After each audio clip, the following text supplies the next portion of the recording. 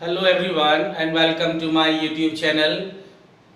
This is the class of science and in this we will take a new chapter of class 9th, chapter number 9, force laws force and laws of motion, बल और गति के नियम। ये हमारा chapter number है 9। इससे पहले हमने इसी फिजिक्स में ही अगर बात करें तो हमने चैप्टर पढ़ा था मोशन। मोशन के अंदर हमने पढ़ लिया था कि मोशन अपने आप में होता क्या है,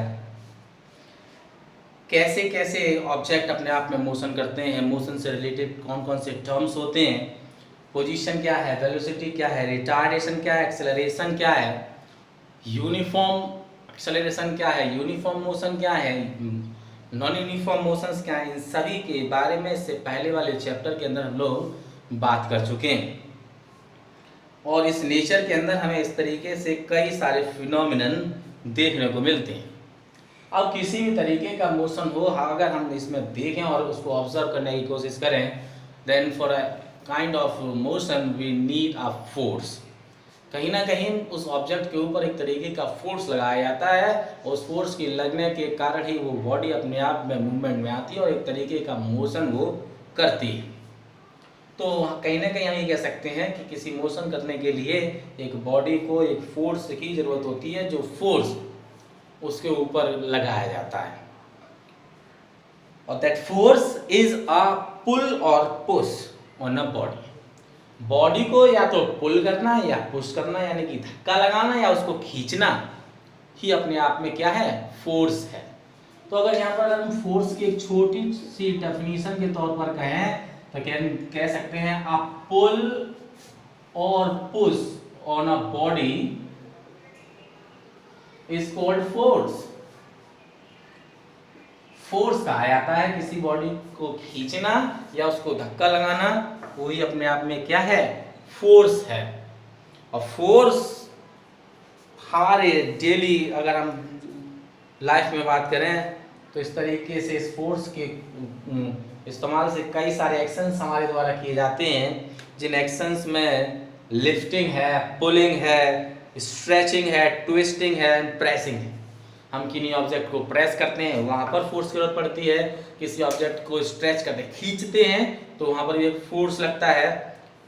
पुल करना, खींचना हो गया, स्ट्रेच यानी रबर बैंड को दोनों तरफ से खींचते हैं तो वो एक तरीके से वहाँ पर एक फोर्स की जरूरत पड़ती है। लिफ्ट करना है, किसी चीज़ को उठाना है हमें, तब भी हमें कहीं ना कहीं एक फोर्स की ज़रूरत ही पड़ती है।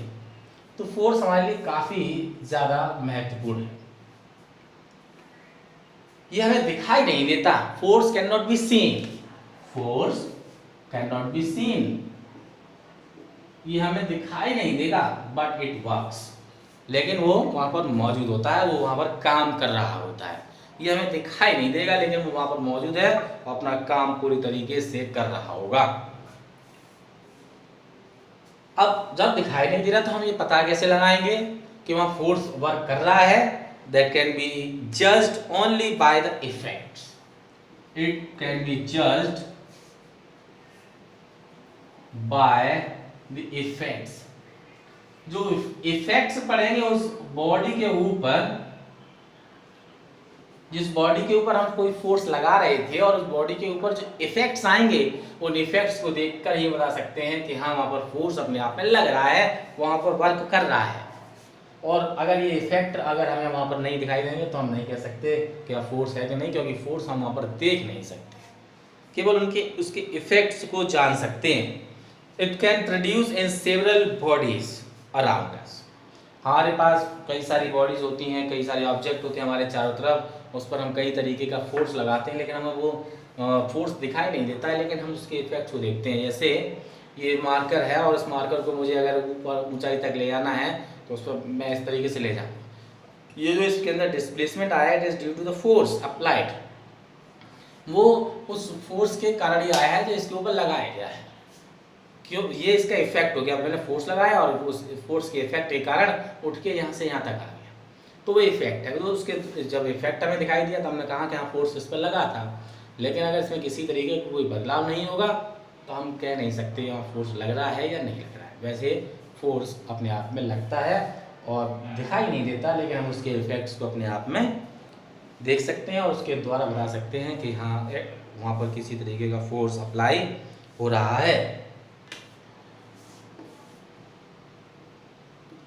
अभी आगे बात करें तो force has both magnitude and direction. Force के अंदर मैग्नीट्यूड भी होता है और डायरेक्शन भी होता है, यानी कि परिमाण भी होता है और दिशा भी होती है। कहने का मतलब क्या है कि हमें यह भी पता होगा कि फोर्स कौन से डायरेक्शन में लग रहा है और यह भी पता होगा कि फोर्स कितना लग रहा है। दोनों चीजें हमारे पास मौजूद होती हैं और जिसके अंदर ये दोनों चीजें मौजूद होती हैं तो उस कारण से उसे that's why it is a vector quantity. इसलिए उस तरीके की क्वांटिटीज को वेक्टर क्वांटिटीज के तौर पर जाना जाता है जिन क्वांटिटीज के अंदर मैग्नीट्यूड और डायरेक्शन दोनों पाए जाते हैं। इसलिए फोर्स अपने आप में एक क्या है, वेक्टर क्वांटिटी है। कितना लग रहा है 5 न्यूटन, तो 5 हमें पता है कि वो अपना मैग्नीट्यूड है और कौन से डायरेक्शन में लग रहा है, फ्रॉम ईस्ट टू वेस्ट या नॉर्थ टू साउथ या जिधर भी लग रहा होगा, ऊपर से नीचे नीचे से ऊपर, वो डायरेक्शन हमें पता होगा। जैसे ये है, अब मैं इसको पुश करूंगा तो मुझे मालूम है फोर्स कौन से डायरेक्शन में लग रहा है और ये भी पता कर लूंगा कितना लग रहा है। तो दोनों चीज़ें मालूम होती हैं और दोनों चीज़ें जिसके अंदर मौजूद होती है उस तरीके की क्वांटिटी को वेक्टर क्वांटिटीज के तौर पर जाना जाता है। एसआई यूनिट की बात करें, SI unit is Newton. Force की जो एसआई यूनिट है वो न्यूटन है, यानी कि फोर्स को जिस यूनिट में नापा जाता है वो अपने आप में न्यूटन। जैसे मैंने भी आपको एग्जांपल दिया था, कितना फोर्स लग रहा है 5 न्यूटन, यानी कि उसकी यूनिट जो है वो न्यूटन है। जैसे लेंथ को मीटर में नापते हैं, वैसे जो मास है उसको किलोग्राम में मेजर करते हैं, उसी तरीके से जो फोर्स है उसको न्यूटन में मेजर किया जाता है। Represented by letter F, capital F, और इसको रिप्रेजेंट कराने के लिए हमारे पास है कैपिटल F। फोर्स को हम F से रिप्रेजेंट कराते हैं, कैपिटल F से रिप्रेजेंट इसको कराया जाता है।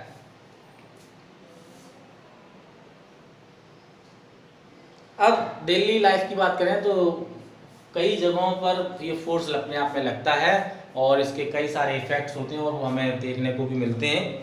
अब देखते हैं कि फोर्स के कौन कौन से इफेक्ट्स होते हैं, effects of forces.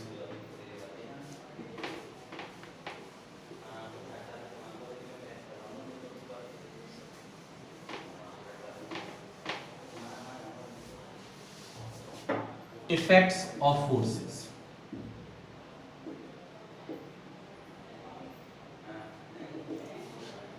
The first effect, force can make a stationary body in motion. Force can make a stationary body in motion. रुके हुए ऑब्जेक्ट को मोशन में ले आता है, चला देता है। जैसे कि यहाँ पर कोई ऑब्जेक्ट अपने आप में रेस्ट में था और जब उसके ऊपर एक फोर्स अप्लाई किया जाता है तो वो ऑब्जेक्ट अपने आप में डिस्प्लेस होने के बाद यहाँ तक आ जाता है। तो यानी कि जहाँ पर तक पहुँचा, यानी कि उसके अंदर कहीं ना कहीं मूवमेंट हुआ था, मोशन हुआ था, जिसके कारण वो यहाँ से यहाँ तक पहुँच गया। जैसे ये मार्कर है, अब मैं फिर से वही एग्जांपल आपको देता हूँ। मैं अभी ये अपने आप में रेस्ट में है और जैसे मैं अपने इसके ऊपर फोर्स अप्लाई करूँगा ये मोशन में आ जाएगा, ये चलना स्टार्ट हो जाएगा। तो हम कह सकते हैं कि फोर्स जो है वो एक स्टेशनरी ऑब्जेक्ट को, रुके हुए ऑब्जेक्ट को किस में ला देता है, make a stationary body in motion, sorry motion आएगा इधर, मोशन में ले आता है, चला देता है, मूवमेंट में ला देता है। जैसे दूसरे एग्जांपल के तौर पर कह सकते हैं एक फुटबॉल है, फुटबॉल ग्राउंड पर रखी हुई और जैसे उसको किक करते हैं किक करने के बाद वो मोशन में आती है, लंबी डिस्टेंस कवर करती है। क्यों? Because we apply a force on it, क्योंकि हमने उसके ऊपर एक फोर्स लगाया, and by taking that force it comes in motion. वो अपने आप में मोशन में आ गई और अपनी जगह को छोड़कर वहां से एक दूसरे जगह के लिए निकल गई। क्या हुआ? स्टेशनरी बॉडी को मोशन में ले आया। वहीं पर अगर हम दूसरे एग्जांपल में बात करें, when force can make a moving object in rest। अब मूविंग ऑब्जेक्ट है, उसको रेस्ट में भी ला सकता है भाई, रुके को चला सकता है तो चलने वाले को रोक भी सकता है, ठीक है ना। रुके को अगर वो चला सकता है, ये फोर्स है, यहाँ पर force can make a moving object in rest. अभी हमने पढ़ा था कि वो रुके हुए को चला सकता है, अब इसका उल्टा भी हो गया, भाई चल रहा है उसको रोक भी सकता है। कोई बॉल रखती हुई आपकी तरफ आ रही है, आप उसके ऊपर फोर्स आप लगाएंगे तो वो अपने आप में वहीं की वहीं रुक जाती है। In that case we apply the force in opposite to the direction of the motion of the football। Football का डायरेक्शन कुछ इस तरीके से था, और फोर्स हम जब इस डायरेक्शन में अप्लाई कराएंगे तब वो बॉल अपने आप में रुक जाएगी। और इससे पहले वाला जो केस था, अगर बॉडी को हम इस डायरेक्शन में मूव करा रहे हैं तो फोर्स भी हमें इसी डायरेक्शन में लगाना पड़ेगा। सेम डायरेक्शन में फोर्स लगेगा तो बॉडी मूवमेंट में आ जाएगी, और अपोजिट डायरेक्शन में लगाएंगे तो हम कह सकते हैं कि वो स्टेशनरी, तब वो मूविंग ऑब्जेक्ट जो है वो रेस्ट में आ जाएगा। अगर साइकिल चलते हुए आती है, हम उसको आगे से पकड़ लेते हैं। बच्चों के अंदर काफ़ी देखने को ऐसा मिलता है कि जब एक फ्रेंड सब साइकिल चलाते हुए आता है तो उसके हैंडल को आगे से पकड़ लेते हैं, उसको रोकने की कोशिश करते हैं। क्यों? हम एक तो उसका फोर्स उसके ऊपर लगा रहे हैं, उसको रोकने की कोशिश कर रहे हैं, एक समय के बाद वो रुक भी जाती है। तो हमने क्या किया? फोर्स लगाया, फोर्स के कारण वो चलती हुई साइकिल को हमने क्या कर दिया? रेस्ट में ला दिया। तो इस तरीके से फोर्स जो है चलते हुए ऑब्जेक्ट को रोक सकता है और रुके हुए को अपने आप में चला सकता है। Next, number 3, force can change the direction of moving object. Force can change the direction of moving object.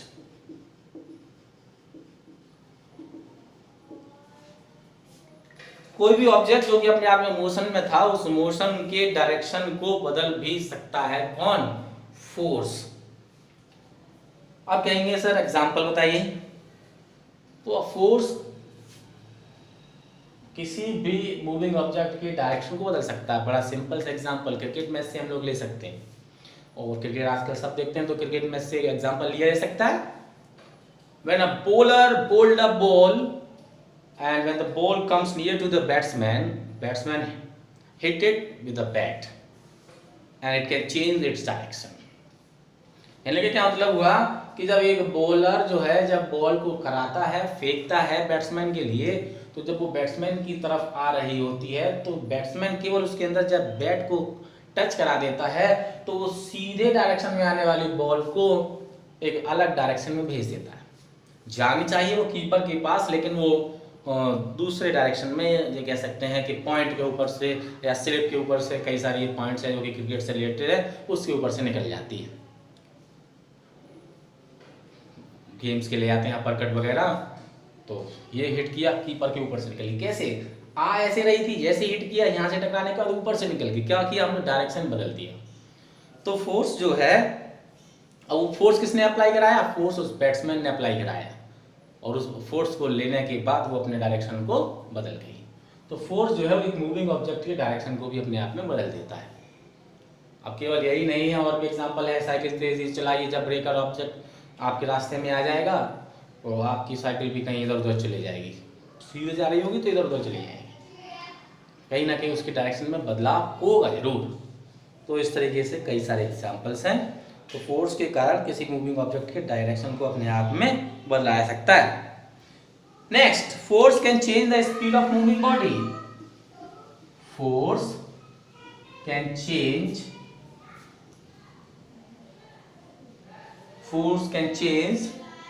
Speed of a moving body.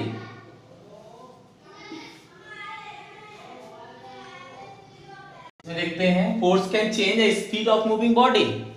कोई बॉडी अगर मोशन में चल रही है तो उसकी स्पीड को बढ़ाया भी जा सकता है और उसकी बॉडी को कम भी किया जा सकता है। एग्जाम्पल बहुत सारे हैं, साइकिल ही एक एग्जाम्पल ले लें। और साइकिल कोई अगर चला रहा है, बड़े हल्के से चला रहा था, एक दूसरा कोई फ्रेंड पीछे से आ जाए और पकड़ने उस साइकिल को पीछे से पकड़ कर धक्का लगाए तेजी से, आप देखेंगे जो साइकिल बहुत आराम से चल रही है वो तेजी से भागने लगेगी। क्यों? क्योंकि फोर्स अप्लाई कराएगा किसके द्वारा? उसके फ्रेंड के द्वारा। या नॉर्मल केस में साइकिल चल रही थी और वही जो साइकिल को चला रहा था वो पैडलिंग को और तेज कर दे, यानी कि और ज्यादा फोर्स अप्लाई कराए, तो और साइकिल की स्पीड में फिर से बढ़ोतरी आपको देखने को मिलेगी।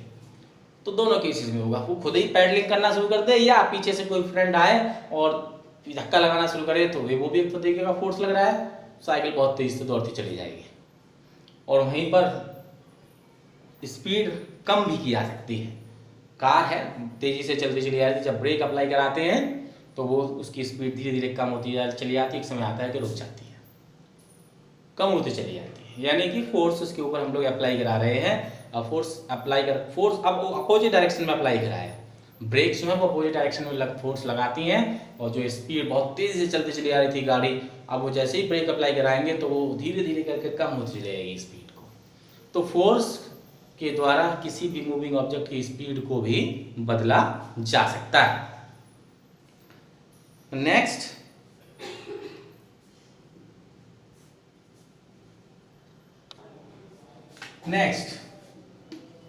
Force can change shape and size of an object. Force जो है किसी ऑब्जेक्ट के शेप को भी बदल सकता है और साइज को भी बदल सकता है।